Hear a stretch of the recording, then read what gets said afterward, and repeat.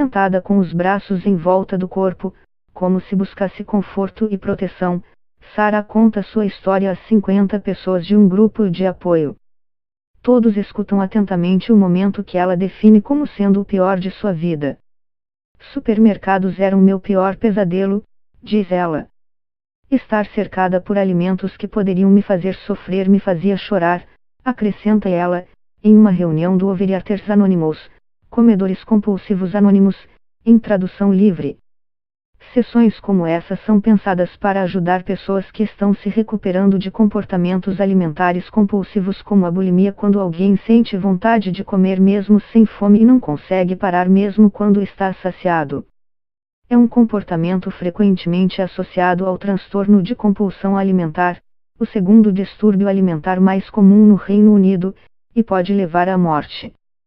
Você pode achar que sabe o que é comer demais. Você provavelmente já brincou dizendo que é viciado em chocolate, que não pode dizer não a um doce ou que um pote de sorvete te ajudou a superar o término da sua última relação. Mas para pessoas que sofrem de distúrbios alimentares, o desejo de comer em excesso tem um significado muito mais sério. De acordo com o Centro Nacional de Transtornos Alimentares, 1 em cada 2 pessoas que buscam ajuda para perder peso comem compulsivamente, e isso representa cerca de 12 milhões de pessoas no Reino Unido. Comer em excesso vem ganhando cada vez mais destaque em meio à opinião pública. Muita gente ainda acredita que a solução passa pela força de vontade. Já as autoridades vêm se concentrando em estabelecer diretrizes para determinar o tamanho ideal das porções e aumentar os impostos sobre alguns tipos de alimentos. Atualmente, o NHS, Sistema Britânico de Saúde Pública, oferece terapia comportamental cognitiva e recomenda sessões de autoajuda como tratamento para distúrbios alimentares.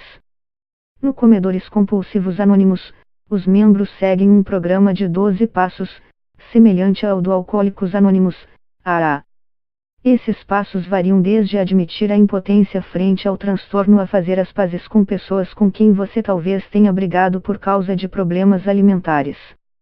Embora o Alcoólicos Anônimos seja recomendado pelo NHS como parte de um plano de recuperação para o alcoolismo, os médicos no Reino Unido não sugerem formalmente o Comedores Compulsivos Anônimos a pacientes com problemas alimentares ou distúrbios. A associação surgiu em Los Angeles em 1960 e, de acordo com seu site, tem agora 6,5 mil grupos em mais de 75 países, com uma adesão total de cerca de 54 mil pessoas. No Brasil, há grupos em pelo menos 15 estados. Identificar um comedor compulsivo pode ser complicado para começar, eles não estão necessariamente acima do peso. Podem ser desde obesos mórbidos a pessoas abaixo do peso. A compulsão alimentar também pode afetar qualquer pessoa de qualquer idade, e as reuniões têm participantes de 20 a 70 anos. Há uma mistura de etnias e sotaques, e as pessoas estão vestidas com roupas que variam de roupas esportivas a camisas e calças sociais. Apesar da intensidade de alguns dos sentimentos compartilhados, a atmosfera é tranquila, com homens e mulheres trocando sorrisos e olhares de apoio. Estou petrificada, conta uma mulher que está prestes a sair de férias de 2 semanas com a família. Ela diz estar com medo de que a viagem possa desencadear um descontrole alimentar. Uma mulher de 60 anos explica que se abstém de comer compulsivamente desde os anos 1980. Levo o vício comigo aonde quer que eu vá. E estarei trabalhando na minha cura para o resto da minha vida. Durante uma discussão em grupo, vários participantes descrevem-se como viciados em comida. Hannah Asterisco, uma cenógrafa de 24 anos, é uma delas. Antes de participar do grupo de apoio, ela havia tentado quase tudo, de terapia à medicina tradicional chinesa. Hannah lutou contra a anorexia na adolescência, que, segundo ela, andou de mãos dadas com seu comportamento compulsivo. Algumas de suas piores bebedeiras aconteciam nos corredores da universidade, onde Hannah dividia a cozinha com outras 5 companheiras de apartamento. Quando não estavam por perto, ela revirava os suprimentos das colegas em busca da comida. O descontrole era tanto que Hannah não selecionava o que comia. Pegava legumes e verduras congelados no freezer ou colocava ketchup no alface, lembra? O impacto em sua saúde mental desse ciclo constante de desordens alimentares a deixou desesperada. Ana começou a procurar ajuda online e descobriu o Comedores Compulsivos Anônimos em um blog. No início, ela não estava convencida de que os 12 passos funcionariam. Mas, assim como no Alcoólicos Anônimos, os membros do Comedores Compulsivos Anônimos são acompanhados por um padrinho experiente no programa. Hannah e seu padrinho trabalharam nos passos juntos, mas não era um caminho fácil. O passo 8, no qual os participantes são instigados a fazer as pazes com aqueles que prejudicaram, foi particularmente desafiador. Pedi desculpas às pessoas de quem peguei comida, alguns pessoalmente e a outras pelo Skype porque agora vivem em outros países, diz ela. Elas foram todos muito fofas. Algumas acharam um pouco estranho, admite. O importante para ela não era o resultado em si, mas limpar sua bagagem emocional de forma que pudesse ter a liberdade para deixar para trás seus problemas alimentares. Na reunião seguinte do grupo de apoio está Zui Asterisco, de 26 anos, que trabalha na área de finanças.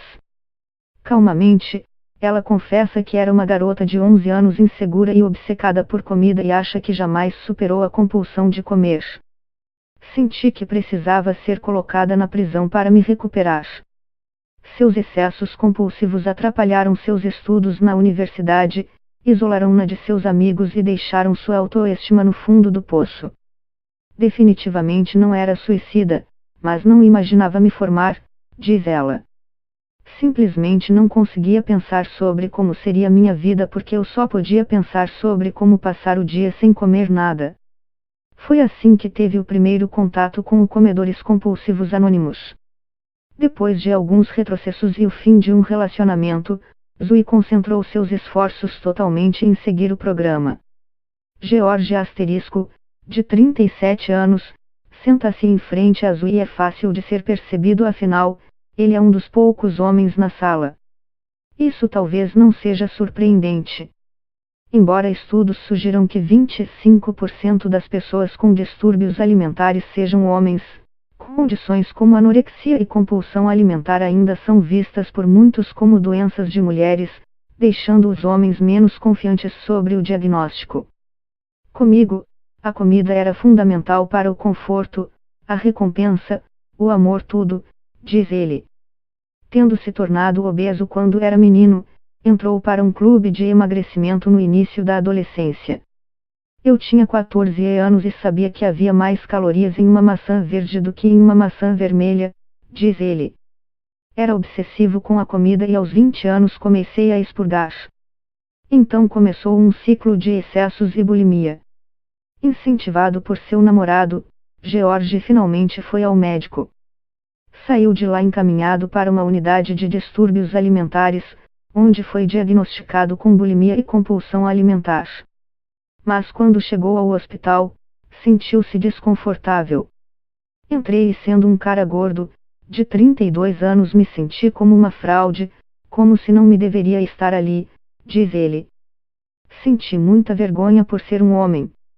Embora o número de homens que integram o Comedores Compulsivos Anônimos seja menor que o de mulheres, George, que vem participando das reuniões há 5 anos, notou um pequeno aumento nessa parcela. Se antes havia 2 homens num grupo de 60 pessoas, agora eles são 8, até 10, estima ele. George, como Hannah e Zui, descreve a si mesmo como tendo sido viciado em comida. Dependência alimentar é um assunto controverso. Uma pesquisa de 2014 sugere que não há evidências suficientes para rotular qualquer alimento específico como viciante. Pesquisadores agora propõem o termo vício em comer para ajudar a enfatizar um elemento mais comportamental. Alguns psicólogos acreditam que o rótulo vício é inútil, alegando que isso impede as pessoas de assumirem responsabilidade por sua alimentação excessiva e recuperação. Deane Jade, fundadora do Centro Nacional de Desordens Alimentares, rejeita a ideia de dependência alimentar, mas reconhece que as pessoas que frequentam o Comedores Compulsivos Anônimos podem considerá-lo favorável, uma vez que comer demais compulsivamente é um problema solitário. No entanto, em sua opinião, é necessária uma avaliação psicológica para descobrir se alguém realmente tem ou não um problema em comer demais. Algumas pessoas, explica Jade, pensam que comeram demais depois de uma barra de chocolate. Como se distingue alguém que come demais de um comedor emocional e de um comedor compulsivo? Questiona. Não há uma divisão clara, é preciso bastante análise e observação de alguém qualificado. Jade explica que, em testes cegos, quando uma pessoa que se diz viciada em açúcar come açúcar, mas seu sabor é mascarado, responde como se não o tivesse comido, não mostrando aumento no desejo ou perda de controle. Isso sugere que qualquer efeito viciante dessas substâncias é fundamentalmente psicológico.